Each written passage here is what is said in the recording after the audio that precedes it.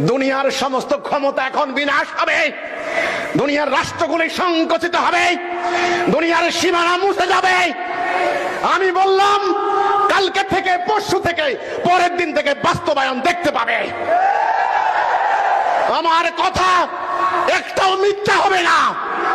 আমি মিথ্যা বলার জন্য জমিনে আসি নাই, আমি সত্য নিয়ে দাঁড়িয়েছি। কাজে আমার কথা সত্য হবে 100%।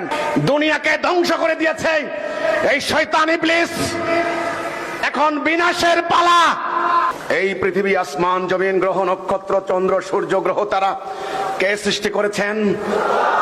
নাকি জো বাইডেন, না মিস্টার পুতিন, না মাস্টার সলমন, না নরেন্দ্র মোদীজি, না শি জিনপিং? কে সৃষ্টি করেছে? জমিন কার? আসমান জমিন কার? মেঘমালা কার? চন্দ্র সূর্য কার? আমি আপনি কার? বাংলাদেশ কার? আল্লাহর। আল্লাহর পক্ষ থেকে বার্তা চলে এসেছে আল্লাহর জমিনে।